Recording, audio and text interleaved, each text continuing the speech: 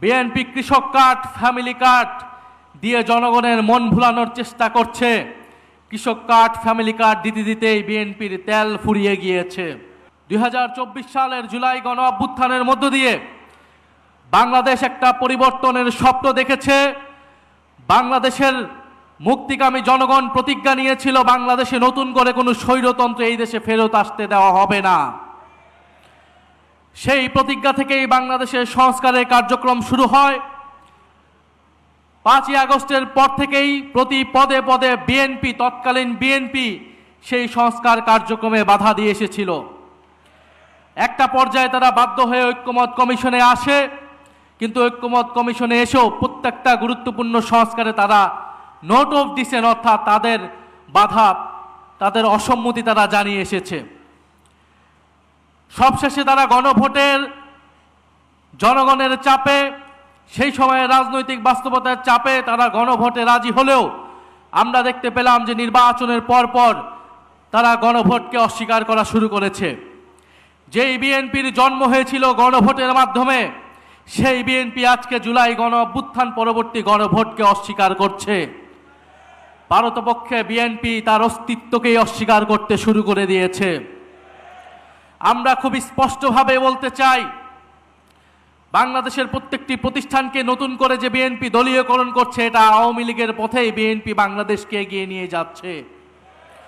BNP যদি আওয়ামী লীগের পথে, পুরনো স্বৈরাচারের পথে এই দেশকে এগিয়ে নিয়ে যেতে চায়, তাহলে বাংলাদেশের জনগণ আবারও রুখে দাঁড়াবে, বাংলাদেশের তরুণ সমাজ আবারও রুখে দাঁড়াবে, বাংলাদেশের জুলাই গণ অভ্যুত্থানে অংশগ্রহণকারী প্রত্যেকটি ছাত্র জনতা আবারও রাজপথে দাঁড়াতে বাধ্য হবে। বিএনপি কৃষক কার্ড, ফ্যামিলি কার্ড দিয়ে জনগণের মন ভুলানোর চেষ্টা করছে। কৃষক কার্ড, ফ্যামিলি কার্ড দিতে দিতেই বিএনপির তেল ফুরিয়ে গিয়েছে, জ্বালানি ফুরিয়ে গিয়েছে, অথচ মন্ত্রীরা সংসদে বলছে কোনো জ্বালানি সংকট নাই। বাস্তব সমস্যাকে অস্বীকার করছে, অর্থনৈতিক সমস্যাকে অস্বীকার করছে, দেশে আইন শৃঙ্খলার যে ক্রমান্বয়ে অবনতি হচ্ছে সেটাকে অস্বীকার করছে বর্তমান সরকার।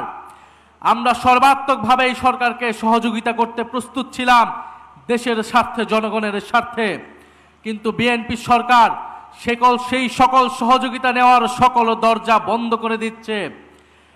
আমার জানা নেই, যারা এখানে অভিজ্ঞ আছেন, মুরব্বী আছেন, তারা বলতে পারবেন বাংলাদেশের ইতিহাসে এত কম সময়ে, মাত্র 2 মাসে কোন সরকার এতটা অজনপ্রিয় হয়েছিল কিনা। বিএনপি সেটা বাস্তবে প্রমাণ করে দিয়েছে। এই সরকার 2 মাসে যতটা অজনপ্রিয় হয়েছে, আমরা জানি না আগামী 6 মাসে তার পরিণতি কি হবে, তার অবস্থান কি হবে। আমরা দেশে কোনো অস্থিতিশীলতা চাই না।